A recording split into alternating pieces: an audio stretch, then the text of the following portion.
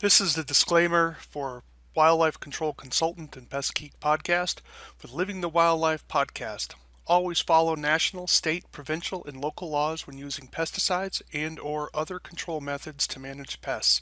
Wildlife Control Consultant, LLC, Pest Geek Podcast, Living the Wildlife Podcast, Stephen M. Van Tassel, or their or his affiliates are not responsible for followers' use of the information provided here.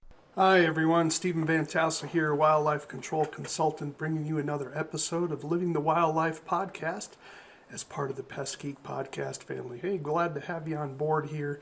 Appreciate you joining us, and do take a few moments and subscribe if you haven't subscribed already. Join us on Facebook in the Pest Geek Podcast family on Facebook. Love to hear from you. And again, you have questions, comments, concerns, love to hear from you at Wildlife Control Consultant at gmail.com, Wildlife Control Consultant at gmail.com. Love to hear your comments. And so, hey, today's topic is actually from a suggestion from one of our listeners.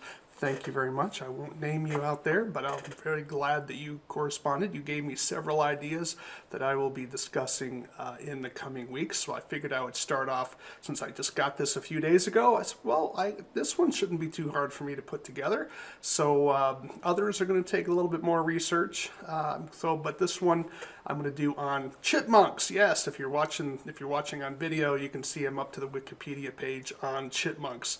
And the scientific name of chipmunks, of the eastern chipmunk that I'm going to be talking with, is Tiamas striatus, or Tamias striatus.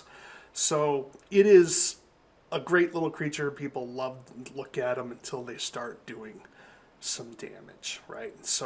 And chipmunks can be a little bit of a problem, and they can be a challenge for you as a wildlife control operator or as a pest control operator, because how do you charge a living wage? That's what the new buzzword now, a living wage.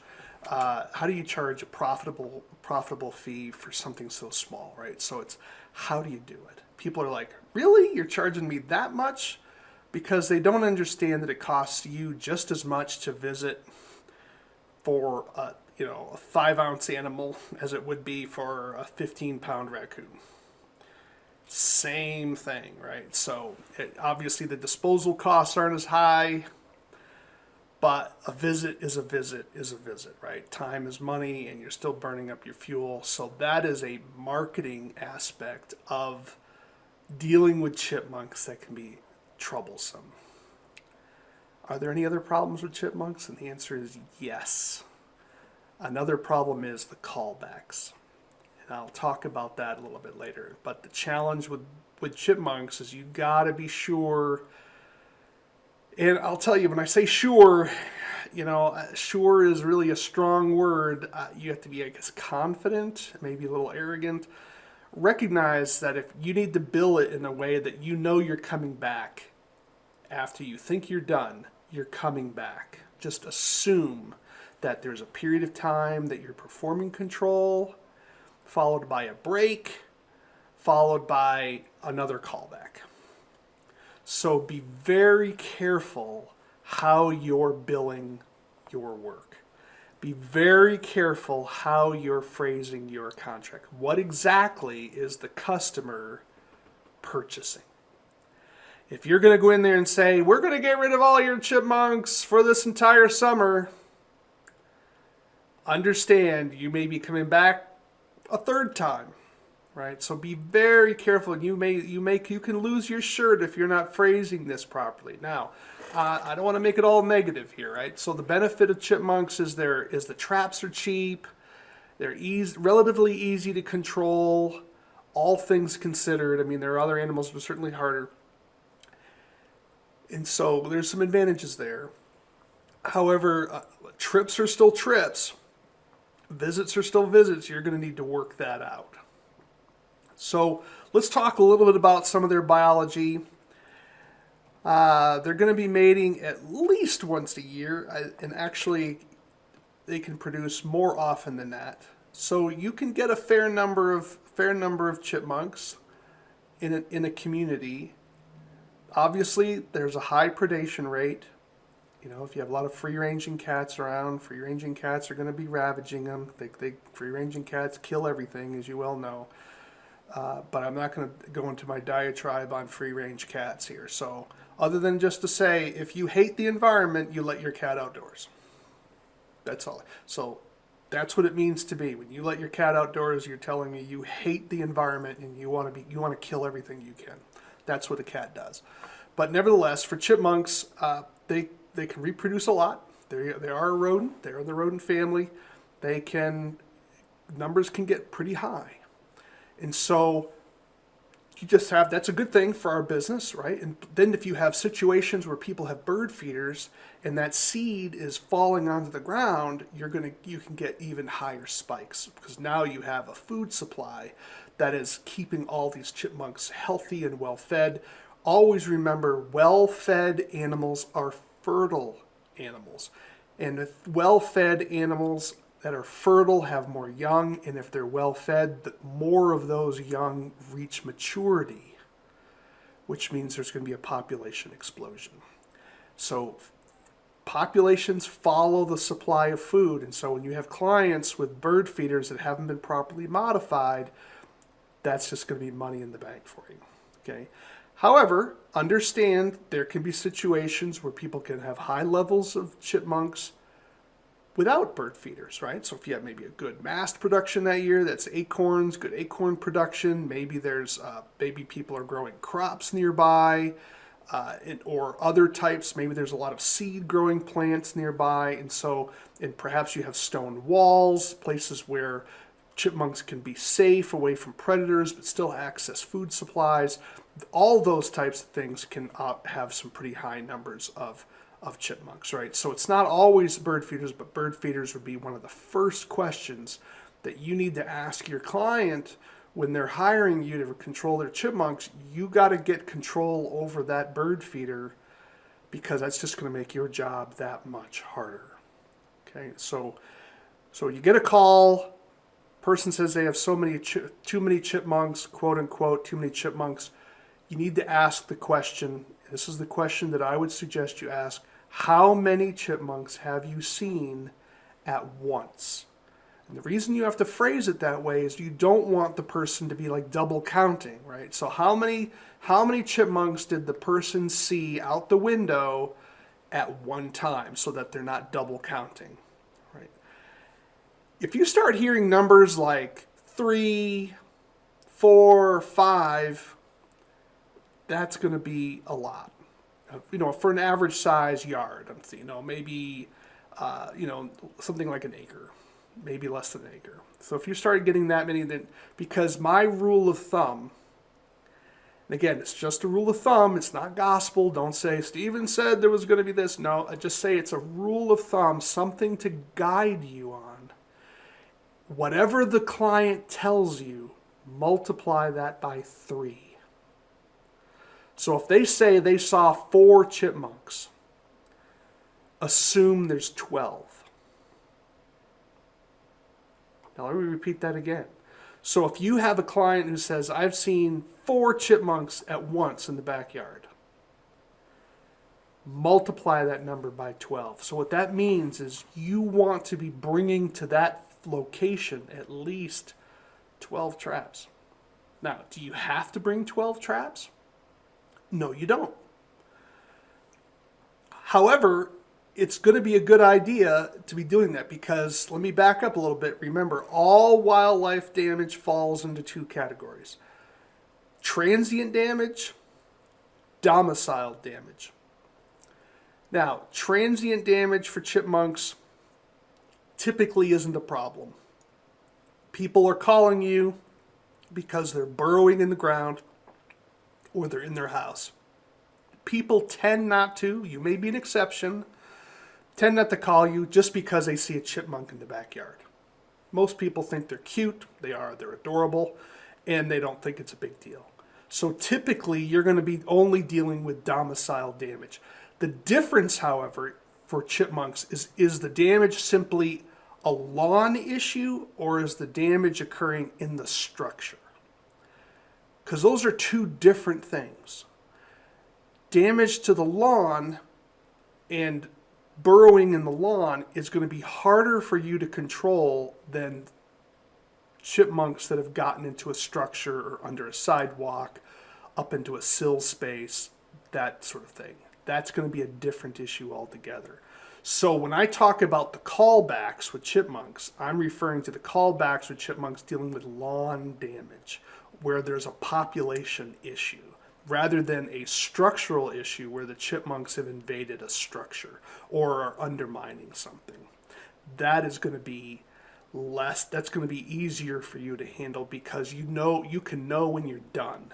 When you're dealing with the lawn area, that's tougher, and I'll tell you why in a little bit. All right, so if they look out their backyard and they say, I'm calling you because we have too many chipmunks, they're digging holes all over the place, they want the chipmunks reduced or quote-unquote eliminated, be careful of that contract, then whatever number they give you, I'm encouraging you to multiply it by a factor of 3. That may be a little low, it may be a little high, but you need to understand that there are more chipmunks there, most likely, than what they're actually seeing at any given time. And it would also depend on the time of year that they call, right? So whether you have the birth pulse or not. So if you're dealing with something like in July, where there's probably a birth pulse at that point, that's going to be an issue that you're going to have to deal with, because you might find that you're trying to catch adults and all of a sudden, bing, you're dealing with all these young as well, and that can be a lot more work. So be sure you understand what you're coming into and ask that question appropriately. So let's take a look at some of the damage that can occur. Here we have a picture of one coming out of a hole. Notice the way that hole looks there in that particular picture. See if I can come up with some other images here. Here we have some damage underneath a concrete step. Let me pull that picture up for you. This is what happens when chipmunks can dig underneath a slab, and ultimately that can collapse over time. And that can certainly be a significant problem, right? Typically, you're going to find a hole like that. It's clean. There's going to be no soil around the hole. And you're looking at something that's going to be, if you can see my hand here, you're looking at something that's probably going to be an inch, about 2 inches in diameter. Okay, something like that. And it's going to be clean. By clean, I mean you're not going to see any soil around it. So where did they put it? Well, they put it in their cheeks and they distribute it. So it'll hide. And then they'll have these escape holes. So they'll have their main hole. And they may also have some escape holes where they can run to in case they get caught out and can't reach their main den. So understand, these are where you want to be placing your traps. And so they're going to be partially hidden. The ones that are going to be used more frequently are going to be a little worn, so the grass isn't going to be hiding it as easily, but it's going to be clean. It's like someone just took a punch and just punched the hole right into the ground. So it goes straight down initially until it bends. And that's basically what you're going to have with a chipmunk hole in terms of the lawn. Now, when it comes to structures, that can become a little bit different. I think I have a structural one here. Here we have, this is what you're going to find sometimes with chipmunks getting into an area. They can move a surprising amount of soil. Now, you may or may not see a hole sometimes, but you'll sometimes just see, there'll be just this person will complain, this pile of dirt has just emerged. And it's going to be something far above, if those of you deal with moles, you can be thinking of something, around the range of up to like a 5-gallon bucket. It could be a lot of soil. No mole is moving that much soil at once, right? That's just not what they do. And it's going to be different than a woodchuck. A woodchuck, you're going to have a big hole. But with these chipmunks, they can move a surprising amount of soil for such a small animal. And sometimes you will see that abutting a structure or underneath, or where there may be a patio where they're going underneath it. So if you see this, talk about this pile of soil, think 5-gallon bucket size, that can be an indication of chipmunks. Now let me back up a little bit and just say, look, chipmunks don't occur everywhere. So understand that there's a range for chipmunks, right? So they don't exist everywhere. Let's see if we have a map here where they occur. Doesn't say here what their range is. So let me put in a search here for the range of chipmunks. So here we go. There we have a range of chipmunks. Okay, so you're looking at basically the eastern half of the continental United States, going up into Canada as well. So they're primarily a woodland creature. They will go out into some grassy areas, but they tend to be around treed areas. So of course, once you start getting out to the Midwest, or actually the central part of the country where the Great Plains are, their numbers fall off, and you start getting into 13-line ground squirrels. So typically, most people know if they exist in their area. So sorry for those of you in the western part of the country, this podcast, isn't for you unless you're just interested in learning about all types of animals. So I'll try to do something on prairie dogs for you to kind of bring you back into the fold. Okay, so chipmunks, there you go. Looking at the eastern half of the country. Those of you in the southeast corner in Florida, you don't have them down there, and also along the coastline of North Carolina, South Carolina, and southeastern Georgia, you don't have them. But maybe this map's a little old, so maybe your situation's different, right? But so that kind of gives you an idea. Basically, it's the eastern forests where this animal occurs. So make sure you have them in your area before you begin determining, well, could this be a chipmunk, right? So think about that when someone's calling you about what you're dealing with. Because when I saw my first pile of soil, I didn't know what it was. Didn't make any sense to me. But again, I'm dealing back in the 80s, right? So we didn't have a lot of the information resources that we have today. So you don't have to make the same mistakes I did, just like I learned from other people as well. Education's always cheaper than experience. Just saying. All right, so hopefully you'll find this particular presentation worthwhile for you. So when we look at some more of this damage stuff, just see, now this isn't chipmunk damage. This is vole damage. I don't know why this has been labeled as that. So this is one of the problems with using Google or Bing search images. People don't always tag their images properly, okay? So understand that you're not going to see no chipmunks doing this. They're just not doing that, right? That's more like vole damage or perhaps a collapsed mole burrow. But this is more like voles. This is not chipmunk. Dealing with chipmunks is pretty straightforward. Let me see if I can find another image here for you that would be appropriate for chipmunks. This would be something similar for a chipmunk here. Not the best shot, to be sure. You can find some more. I might have to grab, oh, here we go. Here's one. See how it's clean? Very clean there. There's nothing that shows you what it, now that one's obviously been used for a while and it's rained recently, but you can even see the acorn shells, husks around it. And you tend not to see any feces around it. It tends to, like I said, just punched right into the hole, right into the ground, I mean. So that is going to be your sign of chipmunk damage. So let me clear some of this out. So how do we control them? Let me be blunt. Don't waste, I don't think there's any value, and I'm happy to have my opinion changed. I put the call out. I sometimes get emails from people who are trying to tell me this particular repellent or frightening device works, this or that, and I'm like, hey, send me the evidence. Don't send me your opinion.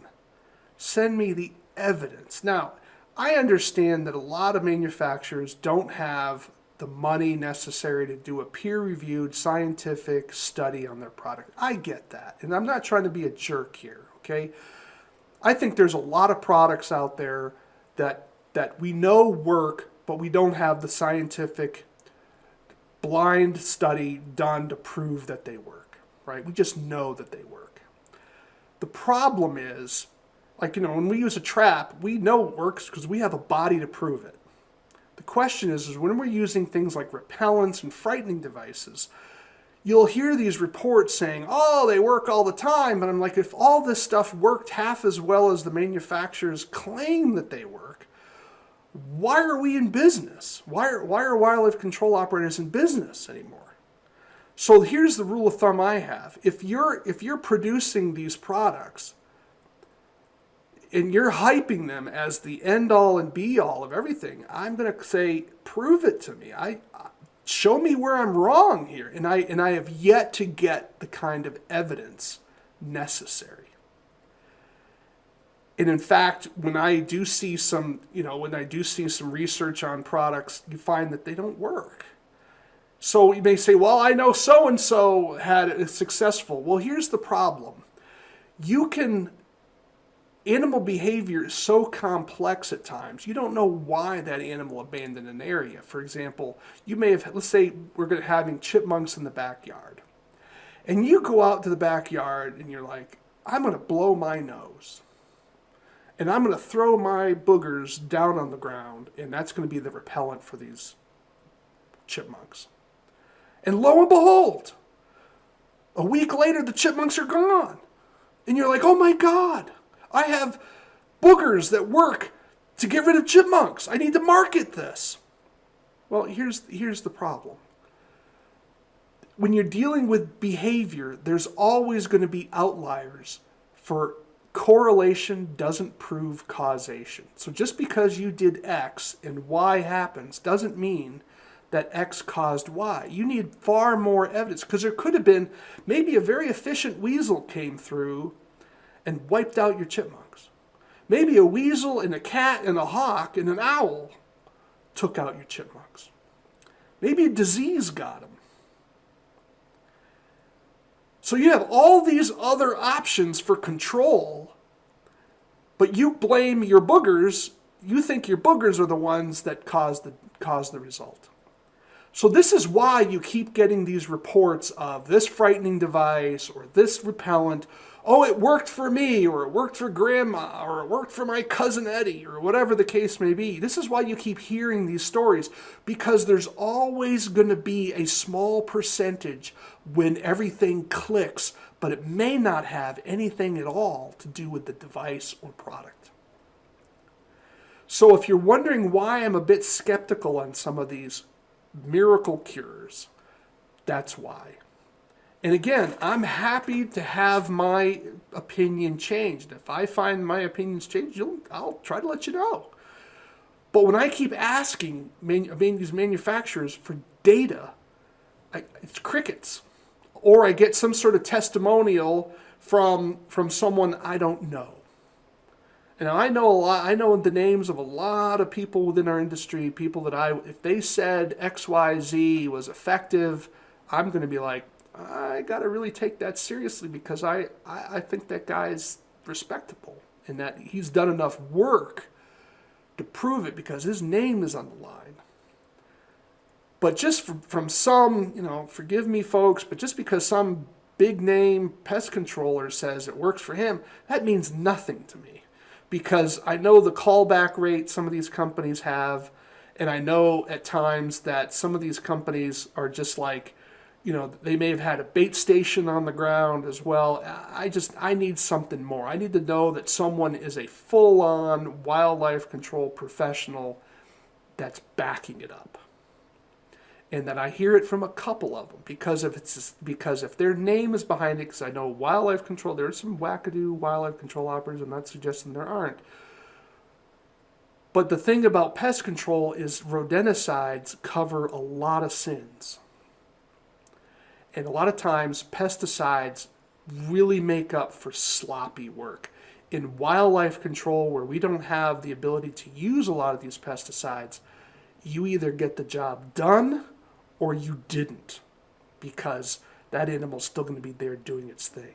Hope that kind of makes sense for you. So I'm really kind of hammering this home here, because I hope that this is an issue that you understand why I don't talk a lot about repellents and frightening devices, because my experience and knowledge reading in the industry is that they don't work on a consistent enough basis to make them worthwhile for most of us in our business. Doesn't mean they don't have a role, and there are some very limited circumstances where there's actually evidence that these products work.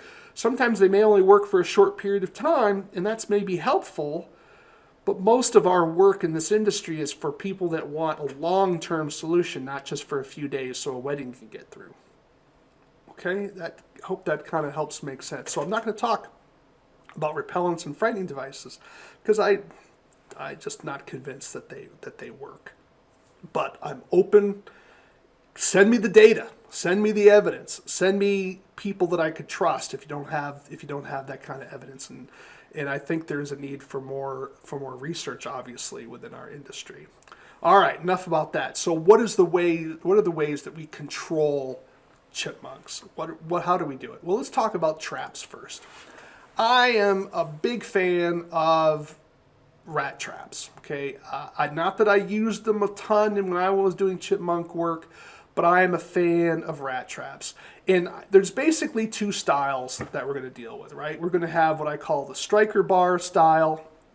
I'm going to encourage you to use the expanded trigger models, and then I'm going to tell you to modify your snapback triggers by putting some sort of a piece of metal underneath these two tines here. Those of you that are watching, it's where the two tines come over the Victor name.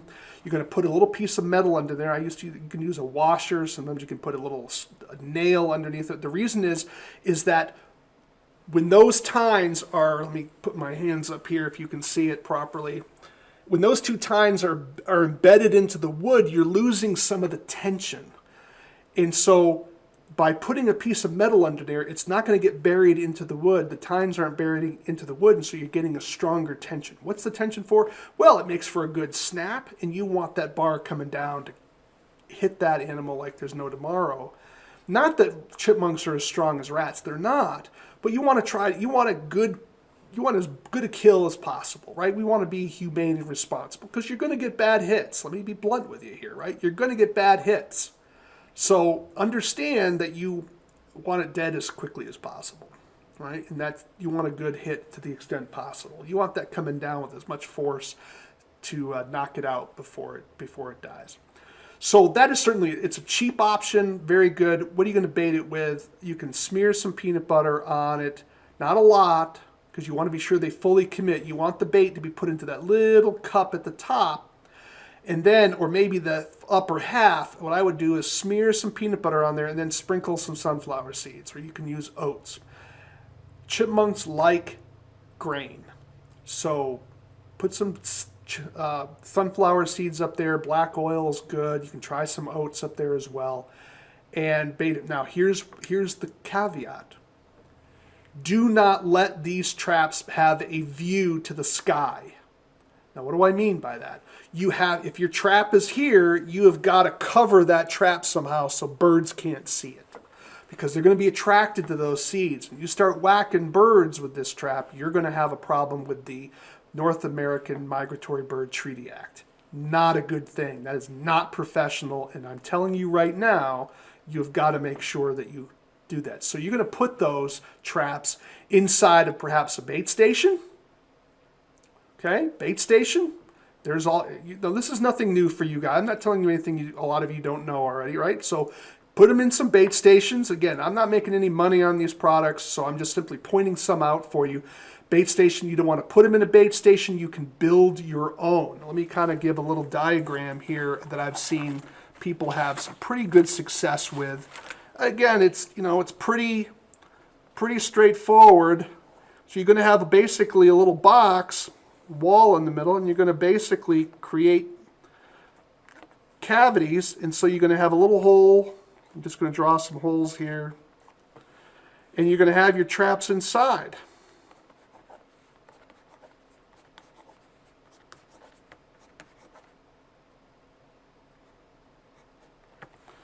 So let me hold that up for you so you can see it.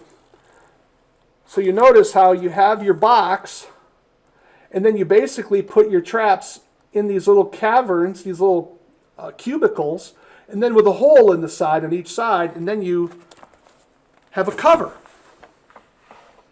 So when the chipmunk sticks its head in to go at the trap, it's focused right on that bait area, and then wham, and so now the bait is out of view. They have to go through a little hole, and you'll have them like this, and you can catch them in bulk. Really cool. You can use PVC pipes. Be creative. The key is don't let birds see the trap. Are there other types of traps available? Certainly. I call this sort of a clamshell trap. This is one from J.T. Eaton.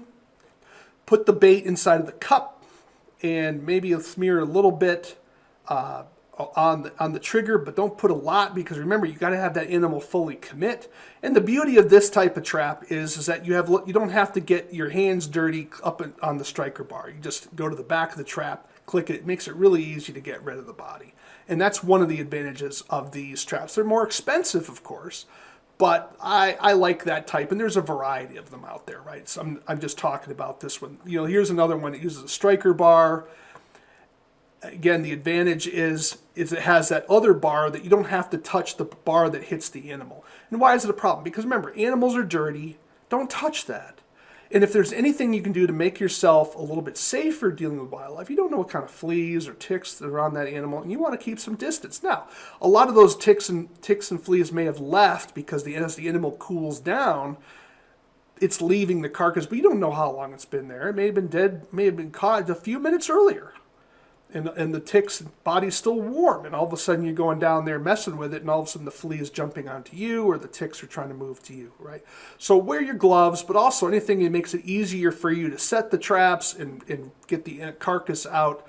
That's gravy. That's all the better, right? But again, these traps clearly are more expensive than your traditional wood-based striker bar Victor traps, right? So, but again, it's not about good or bad. It's about what works for you, what your finances are, what you have available, but use a lot of traps. That's the key.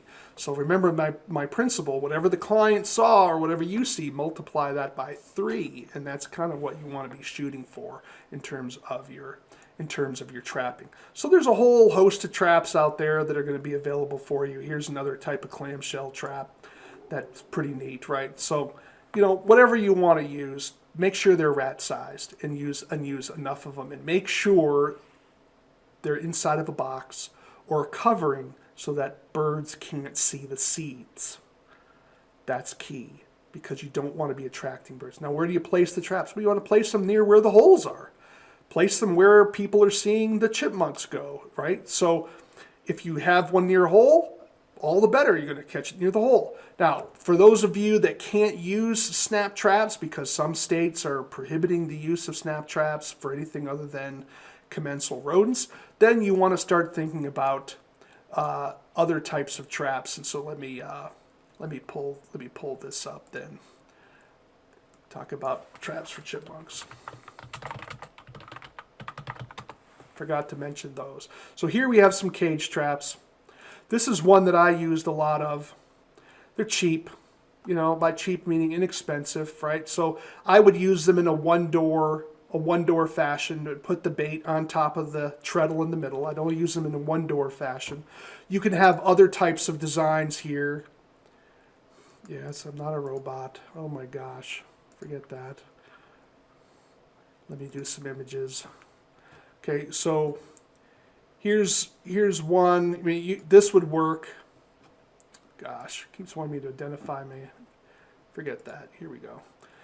This should work. I've never used one of these, but this should work for you. Again, you want to make sure that the mesh size is at least 1/2 by 1. Nothing larger than that, because you don't want the chipmunk to squeeze through. Another trap that I've used is this one. This one's pretty neat. Just make sure when you set it that the bar is not going to be too close to a wall, because that bar needs to swing out. So if you put it too close to the wall, it's not going to swing out and the animals are going to get your food. So the beauty of cage traps, of course, is that you don't have to worry about, if you catch a bird, you just release it. Make sure these traps are checked daily. They need to be checked daily. If you're using cage traps, if you're not checking them daily, that's a problem. That's a problem, okay? So this is certainly something you can use. And here we have a picture of one caught into one of the traps. Again, they're adorable. Here, notice where the person uses their bait, some sort of a cracker with some peanut butter and then some seeds like peanuts on top of it. Again, use what you have available. Just remember that these are seed-loving animals, so use seeds and be sure they're visually attractive to them and placed properly where you're seeing the activity. All right, so pretty standard stuff when it comes to control. And that's pretty much about it for the traps. Now, what about toxicants? Well, I've searched for toxicants for chipmunks. I've seen people advertise, have articles saying such and such a toxicant is suitable. Here's a story: bust chipmunk poison in 2021. I looked through it and I looked at one of the products they said was for chipmunks. When I looked at the label, I couldn't find chipmunks, so I don't know what they're talking about. Read your label carefully. Remember, when we're dealing with vertebrate toxicants, you have to have the site and the pest on the label to use it for that animal. It's not like other pesticides where as long as you have the site, you're good to go. When it deals with vertebrates, you have to have the site and the pest. Both of them have to be present. So I know that I'm sure a lot of chipmunks are getting killed because we're controlling for mice, but we're using a rat-sized bait station. I'm not sure why people are using a rat-sized station to control mice. Mice don't need that big of a hole, right? But I've talked about that in the previous podcast, and so, but I digress. So I know people go wink, wink, and we're all, we're skirting the law. I'm not a big fan of that. If you follow this podcast at all, I think it's a problem. I think it's unprofessional. I think the EPA needs to step in and encourage manufacturers to have a sliding door for their rat-sized bait stations. I did a blog on that. I've encouraged manufacturers to be preemptive on this so that we can reduce the amount of rodenticides getting onto the environment. Because the fact is, a lot of people are have rat poison out in their backyards and bait stations, and of course chipmunks are all over it, right? And they're getting whacked by it. So that's a problem because they're able to get access to this. So I'm not aware of any rodenticide that's available for chipmunks. Now, when it comes to fumigants, however, I do believe we have some fumigants for chipmunks. And so let's see what comes up there for burrowing chipmunks. Let's take a look at our Penn State Extension. See what they come up with. Here, let's do a...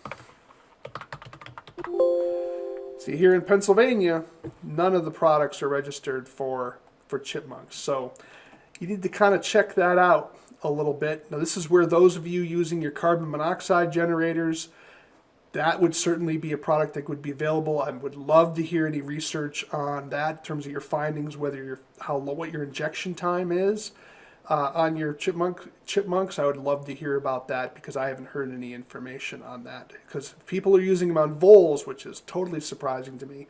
I think it should definitively work on chipmunks without a doubt. So why don't we go to one more issue here. I did some search with Nez Perce. I couldn't find anything for chipmunks. Did some search at the EPA. Couldn't find anything there. So there's lots of rodenticides out there, but whether they're labeled for chipmunks, haven't been able to find it. So ultimately, I think we're looking at trapping as the solution for controlling chipmunks, and I think that's appropriate. The reality is that you should be able to trap fast enough to control your chipmunks. So what are the best practices for controlling chipmunks? I'm going to suggest that you put your traps out and you pre-bait. If you're dealing with only a small number, and they're not a big deal for you to visit there, then maybe you can start trapping straight away. If you have a client that can check, all the better. But you need to make sure you're putting out enough traps. Make sure you find out what the life cycle of chipmunks are in your area. When are they giving birth in your particular area? Contact your state wildlife agency or your state extension. Find out what the pattern is in your particular area. How many litters do they possibly have so you can plan accordingly. And I'm going to encourage you to understand you want to trap aggressively, get the body count down, and then your things are going to have a lull. And the chipmunks are then going to redistribute from the neighboring yards into your yard. This is why you have to be careful of how much you guarantee, because you can eliminate all the chipmunks in that particular property, but understand the chipmunks that where you weren't able to control are going to redistribute and reorganize themselves and fill the void that you've created. That's where the callback comes. So make sure you have that in your contract. Otherwise, you're going to be up a creek and lose a ton of money So make sure you're working that out with your client. All right, well, that's chipmunks. Not a lot to say about that other than just, when you're dealing with something in a house, you can always cork the hole after you trap a few, cork the hole with some newspaper to make sure that they're all gone before you seal that off. But chipmunks tend to come around walking foot areas where the stairs, the concrete stairs, those are hollow underneath, and they'll often come in along the sill line. There are occasions where they may be able to climb up along the corners of vinyl siding and get in at a higher level, or squeeze underneath the garage door. Those are some common areas as well. So they are climbers, so keep that in mind. Don't just be focused so much on the ground. That's all you're going to look for. Make sure you look above as well. Well, that's going to be about it. Love to hear your comments on chipmunks. I think they're really cute, and you can make some money on them if you're careful how you write up your contract and what your service agreement's going to be, and use enough traps, because it can be at least something. What I loved about chipmunks is I didn't have to climb ladders, which was always a blessing. So my name is Stephen Van Tassel, Wildlife Control Consultant, giving you another episode of Living the Wildlife as part of the Pest Geek podcast family. Do take a few moments, subscribe to our channel.